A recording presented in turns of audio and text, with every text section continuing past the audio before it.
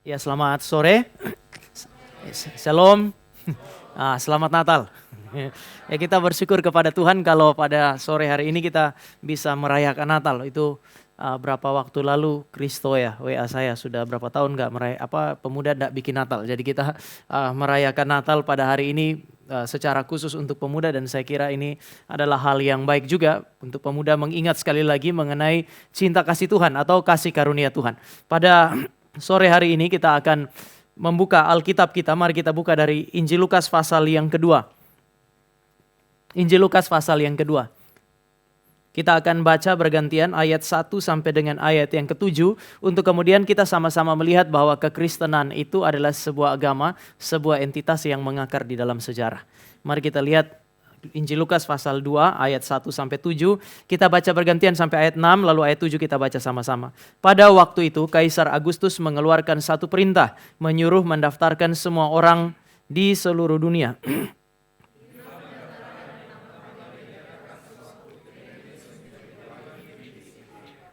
Pergilah semua orang mendaftarkan diri masing-masing di kotanya sendiri.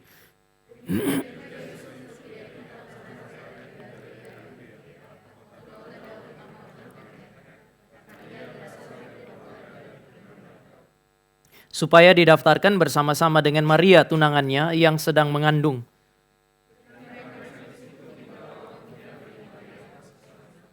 Sama-sama, dan ia melahirkan seorang anak laki-laki, anaknya yang sulung, lalu dibungkusnya dengan lampin dan dibaringkannya di dalam palungan, karena tidak ada tempat bagi mereka di rumah penginapan. Mari kita berdoa.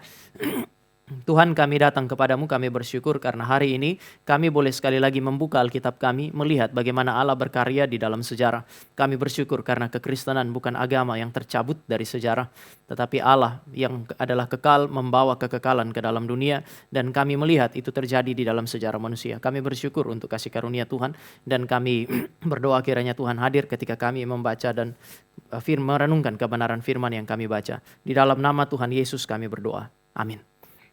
Banyak orang ketika melihat mengenai agama Kristen, mereka itu mempertanyakan kenapa Kristen itu punya banyak sekali perbedaan dengan agama-agama yang lain. Terutama ketika mereka melihat bahwa tulisan-tulisan kitab suci kita adalah tulisan-tulisan yang ditulis oleh manusia di dalam konteks manusia. Satu sisi banyak orang melihat ini sebagai kelemahan, tapi bagi saya ini justru adalah kekuatannya kekristenan. Kekristenan itu mengakar di dalam sejarah. Sejak pertama kali Alkitab ditulis dengan intensi untuk memberi petunjuk kepada saudara dan saya bahwa segala sesuatu yang tercatat di dalamnya adalah peristiwa-peristiwa historis. Oleh sebab itu maka orang yang bisa disebut sebagai seorang dokter, seorang tabib pada masa itu, Lukas, dia juga adalah seorang sejarawan, menulis kitab suci dengan pola manusia zaman itu menulis sejarah. Untuk memberi petunjuk kepada saudara dan saya bahwa kekristenan itu mengakar di dalam iman kepada Kristus. Dan Kristus ini adalah Kristus yang sangat menyejarah. Ada banyak hal yang disebutkan di situ saudara, dan saya tidak bisa bahas semuanya. Tapi saya akan mengajak kita untuk melihat beberapa hal terkait dengan data-data sejarah yang disebutkan oleh Lukas. Yang pertama adalah dia menyebut nama Kaisar Agustus. Siapa Kaisar Agustus? Kaisar Agustus pada masa itu adalah seorang raja yang Tuhan anugerahkan banyak sekali kecakapan. Jadi Kaisar Agustus adalah seorang raja yang berhasil sebenarnya. Seorang raja yang begitu cakap. Seorang raja yang bisa disebut juga sebagai administrator. Tidak semua pemimpin bisa menjadi administrator. Pada masa itu Kaisar Agustus adalah orang yang diberikan Tuhan atau dianugerahkan Tuhan apa yang disebut sebagai kecakapan. Bukan sebagai raja semata-mata tetapi sebagai administrator. Dia bisa membangun kota Roma. Bahkan kota-kota yang ada di sekitar kota Roma itu dibangun oleh Kaisar Agustus. Dari yang tadinya terlihat biasa kemudian menjadi sangat indah. Kaisar Agustus adalah seorang kaisar yang bisa mengatur tentaranya dia. Sehingga pada masanya dia itu tentara Romawi menjadi salah satu pasukan yang sangat ditakuti. Mereka pergi kemana saja mereka bisa berperang, lalu kemudian mereka mendapatkan apa yang disebut sebagai kemenangan. Kaisar Agustus adalah seorang raja yang sangat besar. Pada masa dia terkenalah satu istilah Pax Romana. Istilah Pax Romana mengingatkan kepada saudara dan saya mengenai damai selama masa pemerintahan Romawi. Dimulai dari siapa? Dimulai dari orang yang bernama Kaisar Agustus. Kaisar Agustus adalah orang yang mengatur hukum, budaya, dan agama, seni. Daerah-daerah yang dia taklukkan, itu kebudayaannya dia, hukum yang berlaku di sana, agama yang berlaku di sana, seni. Itu tidak dihancurkan. Makanya teman-teman dan saya akan menemukan ketika Roma berkuasa, kebudayaan Yunani tetap berkembang. Kenapa? Karena dia itu berusaha untuk menjaga damai sedemikian rupa, supaya budaya yang ada di situ tidak hancur. Kalau kebudayaan tidak hancur, orang tidak benci dia. Dia menaklukkan, tapi dia tidak berusaha untuk membangkitkan apa yang disebut sebagai kebencian. Kalau pada zaman dahulu Belanda datang, dia berperang, dia pergi ke Sumatera, dia basmi semua yang namanya kebudayaannya orang Sumatera. Orang Sumatera pasti akan benci mereka. Tetapi beda dengan Kaisar Agustus, setelah dia menaklukkan mereka, dia biarkan bahasa, seni, semua yang agung itu dibiarkan berkembang di wilayah taklukannya dia. Tetapi salah satu yang dia buat adalah infrastruktur. Dia membuat infrastruktur jalan-jalan pada masa itu menjadi sangat bagus. Dari satu daerah ke daerah yang lain, itu terkoneksi dengan sangat baik. Karena infrastruktur itu sangat baik, perdagangan lancar, kesejahteraan meningkat, maka raja ini disebut sebagai raja yang agung. Dia itu punya keputusan-keputusan yang baik dan orang punya willingness untuk mentaati keputusan-keputusannya dia. Kenapa? Karena mereka tahu ini raja nggak sembarangan. Memang dia menaklukkan kami, dia mengalahkan kami, tapi dia memikirkan kesejahteraannya kami. Ini raja yang agung, pemikirannya bijaksana. Jadi kalau dia ambil keputusan, orang kemudian akan mentaati dia. Tapi karena dia besar, dia itu diagungkan oleh banyak orang, dia terjebak di dalam satu kesalahan yang sangat besar menurut saya, ketika dia mulai mengklaim dirinya sebagai dewa. Hati-hati orang yang berhasil. Kalau saudara jadi orang muda, lakukan segala sesuatu berhasil, seperti Kaisar Agustus kemudian mengklaim dirinya sebagai yang ilahi. Ada istilah Divi Filius, anak Allah. Jadi kalau Yesus disebut sebagai anak Allah pada masa itu, ada ancaman karena kaisar-kaisar Romawi, mulai dari kaisar yang kita sebut sebagai Kaisar Agustus menyebut dirinya sebagai anak Allah, penguasa bumi, laut, dan dia adalah penyelamat. Kenapa? Karena dia bikin kondisi ekonomi baik, kesejahteraan maju, maka dia menyebut dirinya sebagai anak Allah yang menguasai bumi, laut, ini macam avatar, dan kemudian menyebut dirinya sebagai penyelamat. Dia menyebut dirinya sebagai imam besar. Semua agama di bawah Romawi itu punya Allahnya. Tetapi imam yang menghubungkan semua agama dengan Allah mereka adalah Kaisar Agustus. Ini yang saya bilang, ini orang karena berhasil jadi sombong. Dia merasa bahwa dia adalah pribadi yang bisa mengendalikan segala sesuatu. Dia mengendalikan bumi, dia mengendalikan laut. Dia yang menyelamatkan manusia pada semua agama. Semua agama mencari apa yang disebut sebagai jalan keselamatan. Imamnya adalah Kaisar Agustus. Teman-teman, sekali lagi potensi kita untuk menjadi sombong pada saat berhasil itu sangat besar. Kadang-kadang kalau ngobrol ya Kaisar Agustus, kalau sombong ada modal lah ya, dia berhasil di mana-mana. Kadang-kadang kita tidak ada modal apa-apa, kita punya modal cuma satu, sombong. Cuman itu doang. Tetapi saudara dan saya bisa lihat ketika Tuhan memberikan keberhasilan, seringkali kemudian orang ini menjadi sombong. Tetapi justru Allah mengizinkan dia jadi sombong, angkat dirinya sebagai anak Allah, menjadi penguasa segala sesuatu, mengatakan bahwa dia adalah perantara antara Allah dengan manusia. Dan justru pada saat dia mengklaim diri seperti itulah, Allah mengizinkan anak Allah yang tunggal itu lahir di dalam dunia. Dan nanti saudara dan saya akan bandingkan siapa anak Allah sejati. Tetapi mari kita mulai lihat. Karena dia adalah orang yang bijak, dianggap sebagai penguasa yang agung, maka ketika dia melakukan sensus, ini strategi administratif. Dia mau tahu dari setiap kota itu berapa banyak penduduk menyebar di mana, lalu kemudian nanti mereka tinggal di mana. Dengan tahu besaran penduduk pada setiap kota, dia bisa menentukan jumlah pajaknya. Hebat kan ya? Menentukan jumlah penduduk, tahu pekerjaannya mereka apa, baru dia tentukan pajak kota itu berapa. Jadi nggak semena-mena kayak pemerintah Indonesia. Kalau dengar cerita ini saudara akan berharap presiden Anda Kaisar Agustus. Sangat-sangat luar biasa dia ini. Menentukan apa yang disebut sebagai pajak dengan pertimbangan-pertimbangan yang sangat matang. Maka dia memerintahkan orang untuk pergi dan melakukan sensus. Ini adalah sebuah keputusan seorang raja yang disebut sebagai anak Allah. Tetapi saudara dan saya akan menemukan justru pada saat itulah Allah kita, Allah yang sejati, membuktikan bahwa dia adalah Tuhan atas sejarah.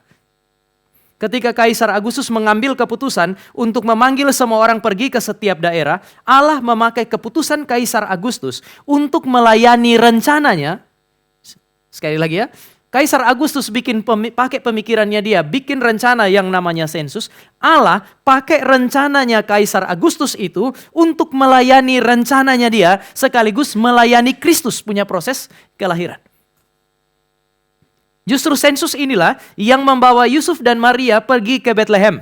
Ayat 3 sampai dengan ayat yang keempat. Tidak kebetulan, waktu Maria dan Yusuf sampai ke Bethlehem, di sanalah Yesus lahir. Dan pada saat Yesus lahir, itu menggenapi nubuat Allah di dalam Mika pasal yang kelima ayat yang pertama. Bahwa Mesias mesti lahir di Bethlehem. Saudara lihat ini ya. Dia mengambil keputusan secara otoriter. Tetapi Allah bekerja melalui keputusan yang sedemikian. Bijak tapi otoriter. Allah pakai keputusannya dia untuk menggenapi rencananya. Pax Romana nanti. Karena ada jalan yang besar, damai, sejahtera ada di mana-mana. Orang bisa berjalan dari satu kota ke kota yang lain. Memang tidak terlalu aman. Tapi jauh lebih aman dari zaman-zaman sebelumnya. Karena jalan bagus, itu kereta itu bisa berjalan dengan cepat. Belum ada kereta api, tapi kereta kuda itu. Rodanya masih pakai. Kalau kita sekarang pakai karet kan, pada zaman dulu pakai kayu itu. Saudara bisa bayangkan itu kalau roda pakai kayu bukan pakai karet. Kita sampai di daerah tujuan, itu pinggang sakitnya kayak apa. Tapi jalannya itu dibuat sedemikian baik, bagus, infrastruktur sangat baik. Maka Paulus itu bisa traveling dari satu daerah ke daerah yang lain. Injil menyebar dengan sangat leluasa. Saudara akan menemukan bahwa Allahnya orang Kristen adalah Allah yang mengendalikan sejarah sehingga tidak ada yang kebetulan di dalam sejarah. Yesus lahir pada masa pemerintahan Kaisar Agustus. Mari saudara lihat Galatia pasal yang keempat. Itu bukan sebuah kelahiran yang terjadi secara kebetulan. Galatia pasal yang keempat ayat yang keempat. Kita baca sama-sama Galatia 4 ayat yang keempat. 2, 3. Tetapi setelah genap waktunya, maka Allah mengutus anaknya yang lahir dari seorang perempuan dan takluk kepada hukum Taurat. Saudara perhatikan kata setelah genap waktunya. Allah tidak utus Yesus Kristus hadir dalam dunia sembarang waktu. Tetapi pada waktu yang dia tetapkan. Pada masa pemerintahan dari Kaisar Agustus. Sehingga kelahiran ini adalah kelahiran yang begitu presisi.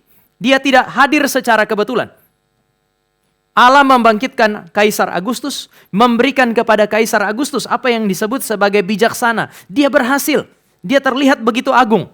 Tuhan kasih anugerah umum bagi dia. Dia bisa atur kesejahteraan manusia sekali lagi. Tetapi pada saat yang sama di dalam semua rencana politiknya dia, Allah itu menggenapi rencananya dia. Allah membiarkan Kaisar Agustus juga pada saat yang sama tadi saya bilang menjadi angkuh. Allah biarkan dia. Allah membiarkan Kaisar Agustus itu mengangkat dirinya sebagai Allah, bahkan menyebut dirinya sebagai anak Allah. Seolah-olah dia adalah pribadi yang menguasai laut, darat. Dia adalah sang penyelamat. Untuk apa? Untuk membuat saudara dan saya nanti lihat dengan sangat jelas siapa penguasa yang sesungguhnya. Kadang-kadang ada masa di mana Allah menolong saudara dan saya mengenal dia melalui perbandingan. Dan mari kita lihat sejumlah perbandingan ini. Kalau keputusan-keputusannya Kaisar Agustus itu melayani rencana Allah di dalam Kristus, pertanyaannya kalau begitu siapa Allah yang sesungguhnya? Kaisar Agustus atau Allah yang pakai Kaisar Agustus untuk menggenapi rencananya dia? Kaisar Agustus mengangkat dirinya sebagai Allah. Tetapi Allah Israel, Allahnya gereja adalah Allah yang menundukkan Agustus kepada rencananya dia. Dia pakai keputusan Agustus yang kelihatan begitu berdaulat itu hanya untuk melayani rencananya dia. Jadi Kaisar Agustus sebenarnya pelayan daripada Tuhan. Dia merasa dia besar. Tetapi jangan lupa Tuhan kita itu pernah bilang Nebukadnezar pun itu adalah hambaku. Raja-raja yang besar pada zaman perjanjian lama. Sekarang Kaisar Agustus punya nama itu yang saudara dan saya hari ini sebut pakai bulan Agustus itu. Saking besarnya dia, namanya dia dikekalkan sampai hari ini. Tapi dia tidak lebih besar dari Allahnya saudara dan saya. Keputusan-keputusannya dia hanya menjadi alat di tangan Allah untuk menggenapi rencananya dia. Jadi siapa Allah? Kalau dia bilang dia adalah dewa, dia adalah Allah. Alkitab memberi petunjuk bahwa di dalam sejarah ada pribadi yang jauh lebih besar dari Kaisar Agustus. Yaitu Allah Israel yang berjanji di dalam perjanjian lama. Yang kemudian memberikan Kristus bagi saudara dan saya. Menjadi Allahnya orang percaya, orang gereja pada hari ini. Kalau Kaisar Agustus bilang dia adalah anak Allah. Pertanyaannya adalah sebenarnya siapa anak Allah yang sejati? Apakah Kaisar Agustus? Kaisar Agustus waktu itu mau tidak mau. Penduduk Romawi harus akui dia sebagai anak Allah. Jadi ada orang menyebut diri sebagai anak-anak Allah, diakui oleh manusia zaman itu sebagai anak Allah. Tetapi kalau keputusannya dia, rencana-rencananya dia itu dipakai oleh Allah untuk melayani Yesus Kristus. Pertanyaan berikutnya adalah kalau begitu siapa anak Allah? Kaisar Agustus atau orang yang melalui keputusan-keputusan bijaksananya si Kaisar Agustus itu Tuhan pakai untuk melayani orang itu. Kalau Kristus itu adalah anak Allah, maka Allah memakai keputusan-keputusan Kaisar Agustus untuk menyatakan kemuliaan Kristus. Maka Kristus adalah anak Allah, bukan Kaisar Agustus. Siapa penguasa darat, laut, dan penyelamat manusia? Kaisar Agustus nggak kontrol sejarah, teman-teman. Sekali lagi, Kaisar Agustus seorang yang bijak, tetapi dia tidak bisa mengontrol sejarah. Sebaliknya, Allahnya orang Kristen adalah Allah yang menjadikan Agustus, Kaisar Agustus, Allah yang pakai sejarah politik di dalam kepemimpinan daripada Kaisar Agustus. Sekali lagi, untuk menggenapi nubuat yang dia buat di dalam Mika pasal 5 ayat 1 sampai 3. Kaisar Agustus sekali lagi hanya alat di tangan Tuhan. Sehingga saya mau ajak saudara untuk lihat poin yang pertama berkaitan dengan tema kita hari ini. Allah Israel, Allahnya gereja adalah Tuhan atas sejarah. Sebelum saya masuk kepada poin yang kedua, saya mau ajak saudara untuk berefleksi dari sini. Kalau Allah kita adalah Tuhan atas sejarah, pertanyaannya sekarang adalah bagaimana saudara memikirkan sejarah hidup saudara masing-masing. Bagaimana hidup saudara di masa lalu? Kalau saudara pikir-pikir mengenai masa lalu saudara, apa yang saudara bayangkan tentang masa lalu? Kalau saudara pikir hidup saudara hari ini di dalam sejarah hidup kita hari ini. Masa di mana saudara dan saya hidup sebagai seorang mahasiswa, sebagai seorang pemuda, sebagai seorang pekerja. Hari ini bagaimana hidup Anda? Lalu apa yang saudara bayangkan mengenai masa depan? Semua yang namanya pemuda harusnya bisa punya bayangan tentang masa depan. Entah baik, entah tidak baik, tapi saudara mesti punya bayangan tentang masa depan. Kalau saudara jadi pemuda tidak pernah berpikir tentang masa depan, kasihan sekali. Tapi pertanyaannya sekarang adalah ketika saudara memikirkan mengenai masa depan itu berkaitan dengan masa lalu dan masa kini. Coba saudara bayangkan, apa yang saudara jalani di masa yang lalu? Apa yang terjadi pada saudara pada hari ini? Dan apakah ada pengharapan untuk masa depan yang penuh dengan harapan? Apakah saudara punya pengharapan untuk mendapatkan masa depan yang baik dengan melihat masa lalu dan hari ini? Yang saya takutkan adalah seringkali ketika saudara dan saya lihat pada masa lalu, orang melihat masa lalu yang gelap, masa lalu yang pahit, masa lalu yang penuh dengan air mata. Sehingga saudara dan saya sulit untuk melihat masa depan. Kita tidak bisa menyangkali hal ini. Semua manusia itu punya sejarah kelam. Semua manusia mungkin punya pengalaman-pengalaman yang pahit. Semua manusia itu bisa saja ketika mereka melihat kepada masa lalu yang ada itu cuma air mata. Sehingga saudara dan saya sulit untuk memandang masa depan. Kalaupun itu yang terjadi pada Anda pada hari ini, saudara dan saya perlu ingat firman Tuhan hari ini. Natal membuktikan bahwa Allah yang saudara dan saya punya adalah Tuhan atas sejarah. Maka kita boleh bawa sejarah kita, masa lalu kita. Pengalaman-pengalaman kita yang pahit yang membuat orang lain menolak saudara dan saya misalnya. Saudara boleh bawa sejarah hidup yang kelam, yang pahit. Ketidakpastian masa depan dan hari ini, saudara boleh bawa kepada dia karena dia adalah Allah yang mengendalikan sejarah. Allah yang saudara dan saya punya adalah Allah yang sanggup untuk mengubah sejarah. Saudara bisa lihat di masa lalu di dalam Alkitab itu. Sejarah pahit Israel, Allah ubah menjadi manis. Kekelaman yang ada di dalam umat Allah itu sanggup diubah oleh Allah menjadi terang. Situasi yang penuh dengan ketiadaan, pengharapan, Allah ubah menjadi kehidupan yang penuh dengan harapan. Allah yang saudara dan saya punya adalah Allah yang mengendalikan apa yang disebut sebagai sejarah. Kalau saudara dan saya punya masa lalu adalah masa lalu yang sulit, yang gelap. Kalau saudara dan saya lihat latar belakang kita, mungkin latar belakang kita tidak menunjang pengharapan-pengharapan saudara dan saya. Saudara dan saya mesti ingat bahwa kehidupan kita hari ini memang dipengaruhi oleh masa lalu, tetapi tidak ditentukan oleh masa lalu. Ini dua hal yang berbeda. Dipengaruhi iya. Saya datang dari Kupang, saya punya historisitas sendiri, makanya ketika saya ngomong seperti kereta api. Orang Kupang kalau ngomong agak susah, agak lambat itu dia. Kami ngomong agak cepat itu. Hari ini saya bersyukur ditolong pertama ketua sinode, waktu itu masih ketua sinode itu Pak Tong. Waktu saya khotbah cepat, kemudian dia bilang berhenti. Kamu ngomong terlalu cepat. Jadi dia bilang, ulang. Saya tanya, dari mana Pak ulangnya? Dari awal. Saya khotbah lagi, itu sudah setengah jalan tuh. Khotbah lagi dari awal. Awalnya kalau kita sudah terbiasa kan kita awalnya masih dengar komplain kayak begitu masih ada di sini kan ya. Sehingga saya khotbah agak pelan. Lama-kelamaan waktu saya sudah mulai lupa, mulai cepat lagi. Stop Tama. Terlalu cepat. Kamu nggak lihat. Saya ini orang tua, dengar kamu ngomong cepat kayak begitu. Padahal Pak Tong ngomongnya cepat tuh. Kamu ngomong cepat kayak begitu, saya nggak ngerti kamu ngomong apa. Ulang. Ulang dari mana Pak Tong? Dari awal. Jadi hari itu saya sekitar 3 kali ulang dari awal. Sampai kemudian ada satu penatua di Depok tuh saking kasihan sama saya. Tiap kali saya khotbah dia duduk paling depan. Dia punya jam tangan, Jadi kalau saya mulai khotbah cepat, itu dia selalu gini lalu dia gini. Bukan bilang cepat selesai, mau bilang terlalu cepat. Dan sekarang kalau saudara dengar saya khotbah agak gini, itu lumayan itu. Dulu kecepatannya mungkin agak sedikit lebih ugal-ugalan itu. Tetapi itu berarti latar belakang saya mempengaruhi saya. Cuman kalau saya bisa berubah, itu berarti latar belakang tidak mendeterminasi. Saudara punya masa depan, tidak dideterminasi oleh masa lalu, meskipun sangat dipengaruhi oleh masa lalu. Jangan juga karena saudara dengar hari ini, Allah kita adalah Allah yang berkuasa atas sejarah. Sehingga masa lalu itu tidak mempengaruhi masa depan. Lalu kalau benar saudara bilang gak apa-apa, kalau itu hari ini gak usah belajar lah. Masa depan nilai-nilai saya tidak bergantung kepada masa. Nah, dia mempengaruhi. Tetapi kalau seandainya saudara menemukan ada banyak kegagalan di masa yang lalu, jangan gantungkan masa depan kepada masa lalu yang kelam. Saudara mesti gantung kepada Tuhan. Tapi bagaimana kalau saudara punya masa lalu itu baik sekali, manis sekali. Ya, kalau saudara dan saya ngomong Kaisar Agustus punya masa lalu juga kelihatannya bagus sekali. Dia bisa jadi sombong karena dia lihat hari ini, sepertinya dia adalah raja yang besar, raja yang agung. Tapi mungkin hari ini ketika saudara dan saya sebut Kaisar Agustus, kita tahu Kaisar Agustus, kita sebut bulan Agustus, kita sebut banyak hal yang terkait dengan dia. Tapi saudara dan saya tidak kenal dia secara mendalam.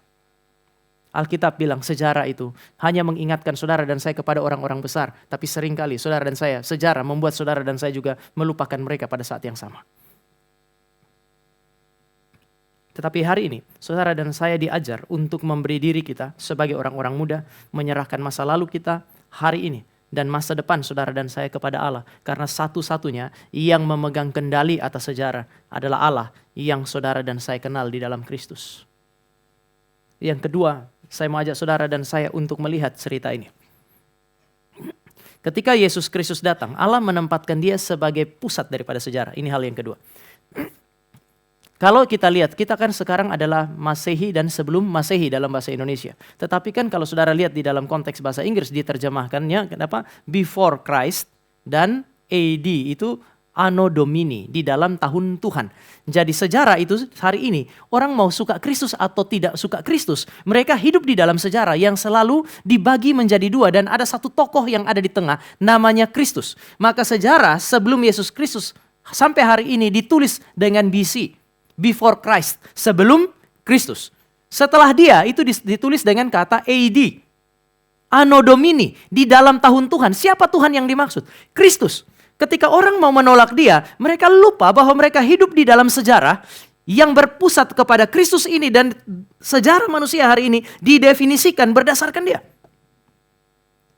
Kehadirannya dia itu seperti membelah sejarah, lalu kemudian sejarah jadi dua, sebelum dia dan sesudah dia. Sekali lagi, orang benci Kristus, tolak Kristus, tapi mereka hidup di dalam sejarah yang dibelah oleh Yesus Kristus ini. Maka Lukas ketika dia tulis mengenai kelahiran Yesus Kristus, dia seolah-olah mau bilang sejarah yang paling sekuler. Sejarah yang ditulis oleh orang yang namanya Kaisar Agustus itu dalam perspektif Lukas terlihat sekuler memang. Tetapi kemudian dia mau bilang bahwa sejarah yang paling sekuler sekalipun itu akan memusat di dalam Kristus. Sejarah itu menyatakan apa yang disebut sebagai kemuliaan Kristus. Sebelum saya masuk lebih jauh, saudara, kita nih punya sejarah hidup masing-masing. Saudara harus tulis, saudara punya hidup, masa depan ini, mumpung masih muda. Pikirkan bagaimana saudara pakai pena untuk menulis sejarah saudara. Tetapi ketika saudara menulis sejarah, jangan lupa bahwa ada Tuhan atas sejarah. Tuhan atas sejarah itu menyatakan diri di dalam Kristus. Maka sejarah yang saudara tulis itu harus saudara taklukkan di dalam Kristus. Taklukkan sejarah kehidupan kita, entah itu keberhasilan, sejarah yang terlihat terang dan baik. Saudara harus menyerahkan sejarah saudara, entah yang berisi kegagalan, kegelapan, sesuatu yang buruk. Saudara harus serahkan kepada Allah dan setelah itu mulai hari ini ketika saudara dan saya merayakan Natal, saudara harus menaklukkan sejarah hidup saudara untuk melayani Kristus. Lukas itu mengingatkan saudara dan saya, Allah kita adalah Allah yang mengendalikan sejarah. Sehingga sejarah yang paling sekuler sekalipun itu dipakai untuk melayani Allah. Saudara, istilah Bethlehem, Yesus lahir di Bethlehem pada masa pemerintahan Kaisar Agustus. Kaisar Agustus bilang bikin sensus. Maka Yusuf dan Maria pergi ke Bethlehem. Sampai di Bethlehem, Yesus lahir di sana. Tadi saya bilang, itu berarti Allah pakai sejarah, pakai keputusan Kaisar Agustus untuk melayani dia dan melayani Yesus Kristus. Apa arti Bethlehem? Bethlehem berarti rumah roti. Kata Bet berarti rumah, kata lehem berarti roti.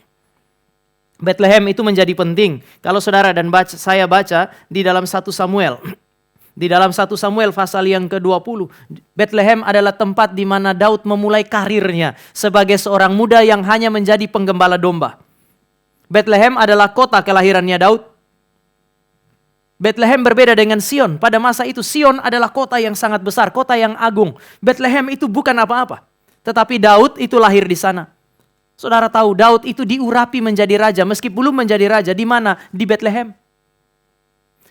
Bethlehem adalah tempat di mana Roh Kudus datang lalu kemudian mengurapi Daud. Di dalam 1 Samuel pasal 16 ayat 12 sampai 13. Samuel mengurapi Daud lalu kemudian Roh Kudus memenuhi dia. Itu pertama kali dicatat Roh Kudus bekerja di dalam diri Daud. Kalau saudara dan saya baca 1 Samuel pasal 17 ayat yang ke-15. Daud pertama kali disebut sebagai gembala bagi domba-dombanya. Itu ada di dalam kota yang disebut sebagai Bethlehem. Maka Bethlehem itu satu sisi besar dikaitkan dengan Daud. Tetapi pada saat yang sama, Bethlehem itu bukan apa-apa pada masa itu. Itu cuma tempat tinggal seorang muda. Usia begitu dia muncul itu Alkitab bilang dia kemerah-merahan. Artinya kemerah-merahan itu gak berarti Daud berwarna merah lah Bapak Ibu. Teman-teman. Tapi berbicara mengenai orang yang terlihat belum dewasa. Itu seperti saudara dan saya kan ada yang, kan manusia itu ada yang masih muda. Begitu saudara lihat, saudara pikir dia 60 tahun kan ya. Tapi ada orang yang saudara dan saya lihat istilah hari ini baby face. Daud itu ketika dia tampil pertama kali itu terlihat kayak gak pantas jadi raja lah. Wajahnya itu terlalu imut. Raja tuh harusnya mestinya agak garang. Yang ini kok imut sekali. Istilah kemerah-merahan itu bukan berarti bahwa dia adalah bukan bicara mengenai warna, tetapi itu cara orang menggunakan bahasa apa ya? Di dalam bahasa Indonesia kita sebut sebagai apa saya lupa. Idiom untuk mengekspresikan sesuatu. Jadi ketika dia bilang hari ini kalau kamu lihat wajahku, kamu pasti akan mati. Itu bukan berarti bahwa kita lihat wajahnya dia kita mati, bukan itu. Itu adalah idiom untuk menegaskan kepastian. Sama, kemerah-merahan itu bukan mau menegaskan hurufiah dia punya wajah merah, tapi mau menunjukkan bahwa kalau orang lihat dari luar, cakep sih cakep. Apalagi, lucu sih lucu, imut sih imut. Tapi untuk jadi raja kayaknya bukan. Sehingga begitu dibandingkan dengan saudara-saudaranya dia, kan begitu Daud punya saudara-saudara muncul. Samuel kan mau mengurapi saudara-saudaranya Daud kan ya. Karena kalau dari tampilan, dari postur lebih oke mereka. Begitu Daud muncul, kayaknya Daud bukan apa-apa. Tapi Tuhan bilang, saya mau dia. Teman-teman, ini satu prinsip yang sebenarnya teman-teman dan saya bisa lihat di dalam Alkitab. Tuhan itu tidak, seringkali dalam Alkitab Allah tidak mulai dari sesuatu yang terlihat something sebenarnya. Allah biasa mulai dari yang nothing. Baru kemudian dia pakai mereka dan sejarah mencatat mereka sebagai orang-orang yang luar biasa. Tapi mereka biasanya mulai dari yang bukan apa-apa. Supaya apa? Supaya teman-teman dan saya akhirnya bisa belajar bahwa orang yang tadinya nothing itu terlihat sebagai something di dalam sejarah. Karena Allah yang besar ada di dalam kehidupannya dia. Ya memang orang muda itu bisa lihat dirinya dari dua sudut pandang kan ya. Ada yang ekstrim belagunya. Setelah lihat dirinya saya punya masa depan pasti cerah. Tapi ada yang juga mindernya minta ampun. Sudah ujian dapat 3,5, 3,6. Tapi masih berasa apakah masa depan saya ada? Saya tidak tahu saudara ada di mana, di ekstrim yang mana itu. Ada yang ekstrim tadi sombongnya minta ampun. Yang satu itu mindernya minta ampun. Tetapi kalau saudara dan saya sekali lagi lihat di dalam sejarah, Allah itu, Alkitab bilang dia membuang orang yang sombong, tetapi dia memakai orang yang rendah hati. Orang rendah hati bukan orang yang minderan, tapi orang yang tahu keterbatasannya dia. Lalu kemudian dia serahkan kepada Tuhan. Sekarang saya mau ajak saudara dan saya untuk lihat Allah itu bekerja di mana? Dimulai dari Bethlehem. Lalu kemudian dia mengaitkan Bethlehem kota yang kecil itu dengan nubuat tadi di dalam Mika pasal yang ke-5 ayat yang pertama. Kata Bethlehem itu digunakan oleh Lukas untuk mengingatkan saudara dan saya kepada nubuat Allah di dalam Mika pasal yang ke-5 ayat yang pertama. Di Bethlehem lah kemudian saudara dan saya akan menemukan bahwa raja dan gembala Israel yang sejati itu dibangkitkan oleh Allah. Di dalam perjanjian lama Allah membangkitkan raja Israel yang pertama, gembala umat Allah yang sejati di dalam konteks sudut pandang Israel. Secara politis yang namanya Daud, Allah bangkitkan di situ. Allah kemudian janji, nanti saudara boleh catat ayat ini, 2 Samuel pasal yang ke-7, ayat 12 sampai 16 Allah bilang, aku akan membangkitkan keturunanmu yang akan duduk di atas tahtamu dan dia akan berkuasa selama-lamanya. Di dalam Alkitab semua orang langsung bilang ini janji mengenai Yesus Kristus. Tapi janji tentang Yesus Kristus itu digenapi di kota Bethlehem. Sama seperti Allah membangkitkan Daud sebagai raja, sekarang dia membangkitkan keturunan Daud. Raja di atas segala raja itu dari mana? Dari Bethlehem. Dia membangkitkan sang gembala itu dari Bethlehem. Raja dan gembala yang agung inilah yang akan memimpin umat Tuhan, menjadi penjaga mereka, menjadi penyelamat mereka. Kristus yang lahir di Bethlehem inilah yang nanti menjadi gembala yang memimpin umat Allah baik di padang rumput hijau, air yang tenang maupun di dalam lembah kekelaman. Apa sih yang saudara khawatirkan sebagai orang muda? Ada terlalu banyak optimisme dalam kehidupan kita. Orang muda tadi saya bilang, kalau lihat kehidupan kita, ada hal-hal yang membuat saudara dan saya optimis. Banyak hal membuat saudara dan saya pesimis. Saudara tidak bisa sombong dengan hal-hal yang membuat saudara dan saya optimis. Ketika saya kuliah, teman-teman, di dalam kuliah, saya pernah sharing ya. Saya masuk ke kuliah, S1-nya saya. Satu kelas 60-an orang. Dan di dalam kelas itu ada banyak sekali teman-teman saya yang secara kapasitas intelektual itu begitu luar biasa. Ujian kita butuh waktu belajar pagi sampai malam. Kan kita punya sistem kadang-kadang S2 SKS itu sama dengan dikebut dalam semalam kan ya. SKS itu sistem kebut semalam kan. Sehingga kita berusaha untuk menghafal semua pembelajaran di dalam itu dari malam sampai pagi. Ada teman saya teman-teman itu pola belajarnya itu semacam pola belajar yang ajaib itu. Kami lagi duduk di situ, dia baca sebentar, kemudian dia simpan, dia sandar di tempat tidurnya dia. Kami tanya dia, sudah. Awalnya pertama kali itu saya pikir dia main-main. Tapi begitu kamu sudah selesai, sudah. Kami setengah pun belum. Dia bilang, ini terlalu mudah, Tama. Begitu kami ajukan pertanyaan-pertanyaan itu dia jawab dengan sangat mudah. Maka cara belajar kami setelah itu adalah dia belajar. Setelah itu dia mengingatkan kami. So, itu begitu luar biasa kapasitas intelektualnya dia. Dan saya menemukan cukup banyak. Tapi setelah lulus kami kira-kira lulus 45. Dari 45 itu, berapa banyak yang masih melayani sampai hari ini? Bahkan beberapa yang menurut saya masih melayani sampai hari ini. Dan Tuhan pakai di beberapa daerah untuk saya, angkatan saya yang menurut saya itu Tuhan pakai luar biasa. Itu orang-orang yang terlihat biasa-biasa saja di kelas. Tuhan berikan kesetiaan kepada mereka. Tuhan pakai mereka melayani di beberapa tempat. Dan kalau saya pergi dan saya mengunjungi mereka, salah satu itu sudah almarhum beberapa tahun yang lalu, saya pergi ke Bengkulu jumpa dia. Itu pelayanan yang begitu luar biasa. Kalau saudara melihat masa lalunya dia, membandingkan dengan tahun di mana saya pergi. Saya pulang, saya cerita istri saya sebut namanya. Saya bilang saya nggak pernah duga bahwa Tuhan akan pakai dia modelnya kayak begitu. Cuman di Bengkulu kelihatannya. Tapi dia punya pelayanan luar biasa. Di mana mereka yang punya prestasi begitu luar biasa itu? Cerita ini hanya mau bilang bahwa karena Tuhan itu pegang sejarah hidup manusia. Saudara jangan terlalu minder ketika saudara menemukan kekurangan. Serahkan itu kepada Tuhan. Tapi saudara juga jangan terlalu sombong kalau saudara menemukan begitu banyak kekuatan di dalam diri yang Allah berikan. Kenapa? Karena kalau saudara dan saya mau lihat di dalam sejarah Alkitab, Natal bercerita mengenai satu fakta ini. Allah memakai sesuatu yang terlihat insignifikan. Di Bethlehem yang bukan apa-apa, sekali lagi. Orang waktu banding pada masa itu, banding Bethlehem dengan Yerusalem, Bethlehem bukan apa-apa. Banding Bethlehem dengan Sion, Bethlehem itu bukan apa-apa. Tetapi Allah pakai yang namanya Bethlehem. Ada Sion di sini. Ya, Tuhan pakai Sion juga. Tapi kita lagi ngomong Bethlehem. Rumah roti. Bethlehem yang disebut sebagai rumah roti yang bukan apa-apa, itu cuma rumah roti, tempat orang bikin roti. Tapi saudara dan saya mesti ingat pada masa itu, roti adalah kebutuhan esensial manusia untuk hidup. Dan di Bethlehem lah Allah mengizinkan sang roti hidup itu lahir. Jika pada masa itu di dalam sejarah Bethlehem rumah roti hanya tempat orang mendapatkan orang-orang yang punya keahlian untuk membuat roti, menjawab kebutuhan jasmania manusia.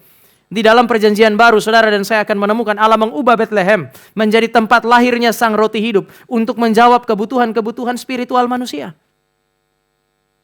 Maka Tuhan Yesus bilang apa? Akulah roti hidup. Inilah tubuhku, makanlah. Inilah darahku, minumlah. Bethlehem sekali lagi kota kecil yang insignifikan. Untuk memberi petunjuk kepada saudara dan saya. Ini Natal mau bercerita kepada saudara dan saya. Bahwa Allah kita memang seringkali pakai hal-hal yang insignifikan untuk menyatakan kemuliaannya. Tuhan pakai hal-hal yang mulia. Tuhan pakai malaikat untuk menyatakan kemuliaannya dia. Tuhan pakai bait Allah untuk menyatakan kemuliaannya dia. Tapi Tuhan juga pernah pakai kandang. Tuhan pernah pakai palungan. Tuhan pernah pakai kain lampin. Siapa di antara saudara yang kuliah di kesehatan masyarakat atau di bidang kesehatan ada? Yang di bidang kesehatan. Satu saat kemudian kalau pemerintah bilang Anda menjadi penyuluh bagi ibu-ibu yang baru melahirkan. Apakah saudara akan berani bilang begini? Ibu-ibu, tempat terbaik bagi anak kita bukan tempat tidur, tetapi tempat minuman hewan. Saya yakin kalau itu, kok bisa? Oh ya, Yesus lahir di situ. Tempat terbaik Anda untuk melahirkan itu bukan rumah sakit tapi kandang. Kalau saudara sebut yang sedemikian, saya yakin gak akan ada ibu yang memberikan evaluasi positif bagi mereka. Tetapi kemudian semua berubah. Sekarang ini saudara tidak lagi merayakan Natal dengan saling kirim kartu Natal. Zaman saya itu masih ada. Kartu Natal itu di depannya itu seringkali gambar kandang, ada bayi, ada orang majus dan segala macam. Lepas dari salah interpretasi, tetapi ada di situ. Di depan itu pakai orang pakai anak-anak bilang glitter yang mengkilap itu. Kalau saudara cium baunya itu harum sekali. Jadi begitu saudara buka amplopnya langsung kita cium bau Natal. Sebenarnya kalau saudara mau menolong orang yang terima kartu itu menghayati makna Natal, saudara harus taruh amoniak. Sehingga begitu dia buka langsung dia cium bau kandang. Tapi sejarah kan bercerita sedemikian kan ya. Saudara gak akan bilang kepada seorang ibu yang baru lahir, kain terbaik untuk membungkus bayi Anda adalah kain lampin, kain yang kotor itu. Saudara gak akan ngomong itu. Tapi hari ini saudara pergi kepada perayaan Natal, ada ornamen Natal di situ, kandang yang terlihat hina itu ditaruh di situ. Ya untung dia gak taruh domba asli aja gitu. Palungan ditaruh di situ untuk mengingatkan saudara dan saya pada hal-hal yang tidak penting tapi pernah dipakai oleh Tuhan untuk kemuliaannya. Allah biasa pakai itu. Dan sejarah peristiwa Natal memberi petunjuk kepada saudara dan saya bahwa Allah sering menggunakan yang insignifikan untuk kemuliaannya. Termasuk saudara dan saya yang terbentuk dari debu tanah ini. Allah bisa pakai engkau dan saya di dalam sejarah untuk kemuliaannya dia. Kalau dia Tuhan atas sejarah, maka dia bisa pakai apapun yang pernah mampir dalam sejarah untuk kemuliaannya. Hari ini, saya tidak tahu bagaimana saudara memandang atau memahami diri saudara sebagai orang muda. Apakah saudara melihat diri saudara sebagai signifikan? Tetapi tidak ada yang signifikan kalau tidak dipakai oleh Allah bagi kemuliaannya. Sebaliknya, kalau saudara melihat diri saudara begitu insignifikan, bawa itu dan serahkan kepada Tuhan yang biasa menggunakan hal-hal yang insignifikan bagi kemuliaannya. Kenapa? Karena dia adalah Tuhan atas sejarah. Yang terakhir. Ketika saudara dan saya melihat cerita Natal ini, saudara dan saya akan menemukan bahwa Yesus Kristus menjadi titik temu antara kekekalan dengan sejarah, antara sorga dengan bumi, titik temu antara Allah dengan manusia. Kalau baca kisah ini, tidak ada tempat di rumah penginapan bagi Yesus Kristus. Yang dimaksud dengan rumah penginapan adalah rumah penginapan formal atau ruang tamu. Jadi itu seolah-olah mau bilang bahwa tidak ada tempat yang layak bagi Yesus Kristus hari itu untuk lahir.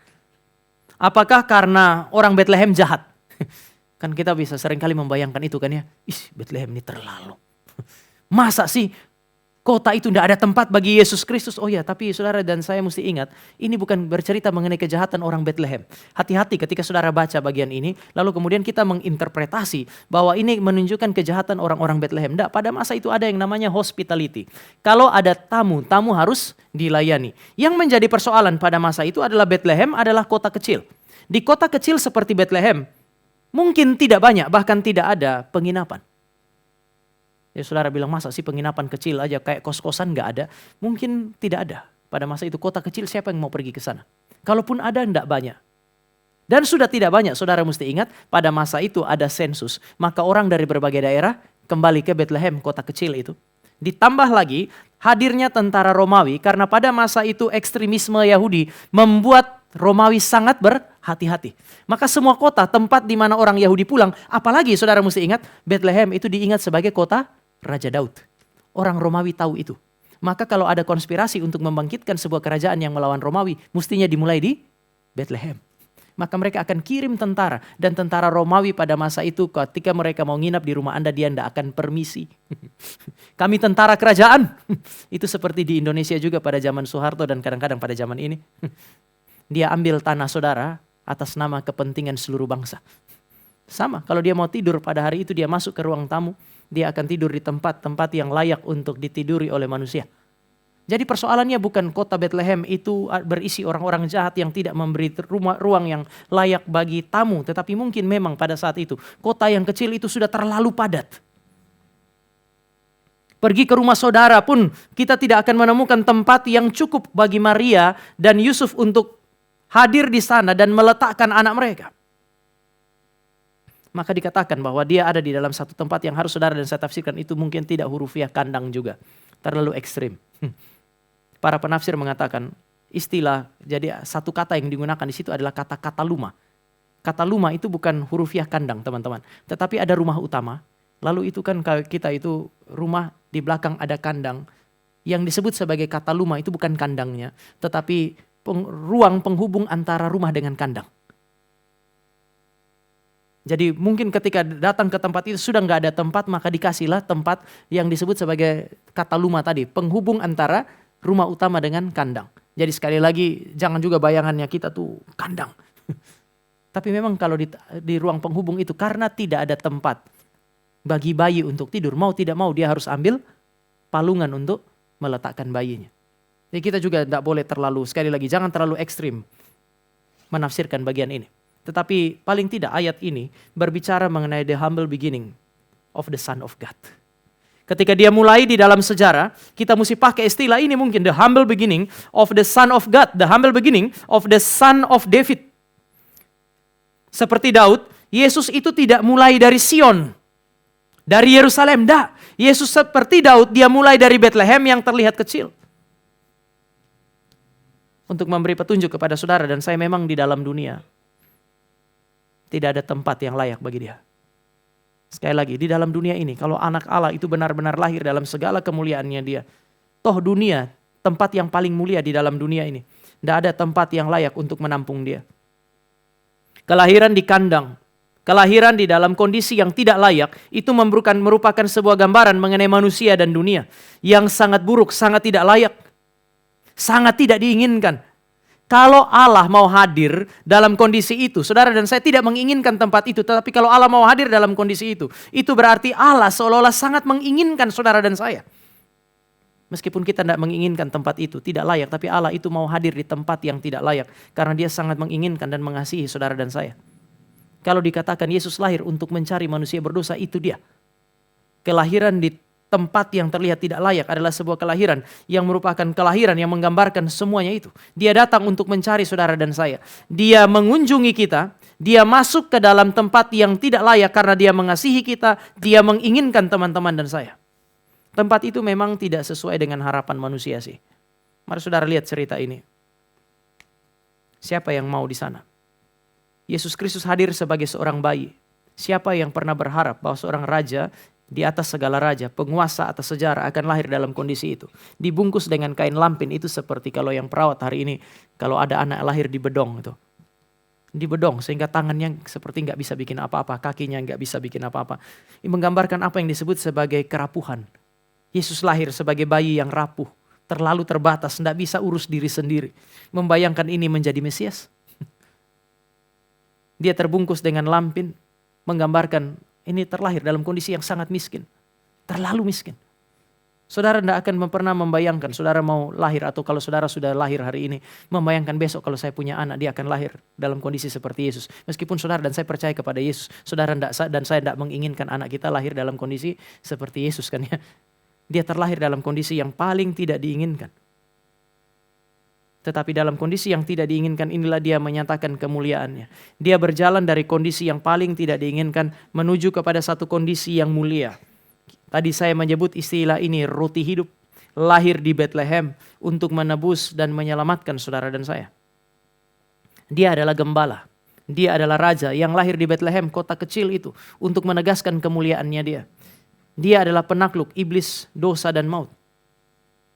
Melalui Kristus yang lahir dalam kondisi yang hina inilah, saudara dan saya kemudian memiliki akses untuk datang kepada Allah. Melalui kondisi di mana Allah yang mulia hadir di dalam dunia sebagai seorang manusia itulah, saudara dan saya mungkin punya kewarganegaraan sebagai warga negara kerajaan sorga. Melalui Allah yang menjadi manusia, yang kekal hadir di dalam kesementaraan inilah, saudara dan saya manusia yang sementara memungkin untuk menikmati apa yang disebut sebagai kekekalan, diarahkan kepada kekekalan. Oleh sebab itu tadi saya bilang ketika Yesus lahir, Allah menjadi manusia. Ini adalah titik temu bukan hanya antara Allah dengan manusia, tapi ini adalah titik temu antara sorga dengan bumi. Ini adalah titik temu antara yang kekal dengan sejarah manusia yang sementara. Saya mau tutup khotbah ini dengan mengingatkan teman-teman dan saya kepada mimpi Yakub di Betel. Betel disebut sebagai rumah Tuhan. Mimpinya dia apa? Ada tangga dari sorga ke bumi. Lalu malaikat yang melayani Tuhan itu turun dengan bebas dari sorga ke bumi. Sampai hari ini para penafsir berdebat siapa atau apa yang dimaksud dengan tangga itu. Tangga yang menghubungkan sorga dan bumi sehingga kerajaan Allah itu bisa hadir di bumi. Malaikat di sorga bisa punya kebebasan untuk datang ke bumi, menyatakan kemuliaan Allah di bumi. Banyak perdebatan, saya setuju dengan para penafsir yang mengatakan tangga itu di dalam konteks perjanjian baru, saudara dan saya tidak bisa sangkali, itu Kristus. Kristus yang ketika dia lahir, malaikat menyanyi di sorga untuk mengingatkan bumi bahwa juru selamatnya telah lahir. Yesus Kristus yang pernah bilang kepada saudara dan saya, aku adalah jalan, kebenaran dan hidup. Tidak ada orang yang bisa datang kepada Bapa kalau tidak melalui aku. Di dalam perjanjian lama, Yakub cuma lihat ada tangga yang membuat malaikat itu naik turun. Tetapi di dalam perjanjian baru, tangga itu, jalan itu, bukan hanya membuat malaikat bisa datang memakai hidup saudara dan saya untuk menyatakan kemuliaan Allah. Tetapi akses dari bumi kembali ke sorga itu dibuka oleh dia. Kristus adalah Tuhan atas sejarah. Dialah yang membuka saudara dan saya punya akses supaya berjalan dari sejarah hidup saudara dan saya menuju kepada apa yang disebut sebagai kekekalan. Sorga dan bumi itu berjumpa di dalam dia. Pertanyaannya adalah apakah saudara memiliki dia di dalam hidup Anda? Apakah Kristus ini pernah hadir dalam kehidupan Anda untuk kemudian memberikan akses bagi saudara untuk datang menjumpai Allah yang kekal, menikmati kekekalan, menikmati sukacita bersama dengan dia atau tidak? Apakah Kristus pernah ada di dalam kehidupan Anda? Jangan nikmati Natal tanpa menikmati Kristus. Jangan berjuang untuk masa depan dengan mengabaikan Allah yang mengendalikan sejarah termasuk masa depan. Jangan memperjuangkan kesuksesan tanpa Kristus yang pernah hadir di dalam kehinaan untuk menyatakan kemuliaannya.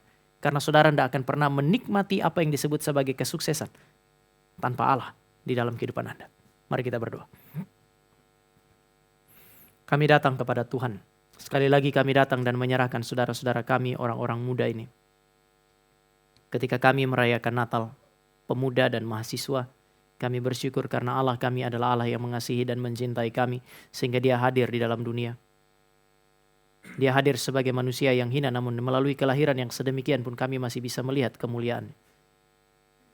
Ketika Allah memakai keputusan-keputusan orang-orang yang mulia, yang diterima oleh dunia sebagai orang yang besar seperti Kaisar Agustus untuk melayani dia, untuk menunjukkan betapa besarnya Sang Kristus yang lahir di dalam sejarah manusia. Kami bersyukur karena dia, Allah yang hadir di dalam dunia ini, memakai hal-hal yang terlihat hina, kota yang kecil seperti Bethlehem, memakai kandang dan palungan untuk menyatakan kemuliaannya. Sehingga kami punya pengharapan, bahkan ketika kami kecil, kami muda, Tuhan sanggup untuk menyatakan kemuliaannya melalui kerapuhan kami. Biarlah kami senantiasa diingatkan melalui momen-momen Natal ini untuk menyerahkan hidup kami sejak masa muda kami, tenaga muda kami untuk melayani Tuhan yang besar itu. Supaya sejarah hidup kami tulis untuk kemuliaan Tuhan. Di dalam nama Tuhan Yesus kami berdoa dan kami mengucap syukur untuk kebenaran firman Tuhan. Amin.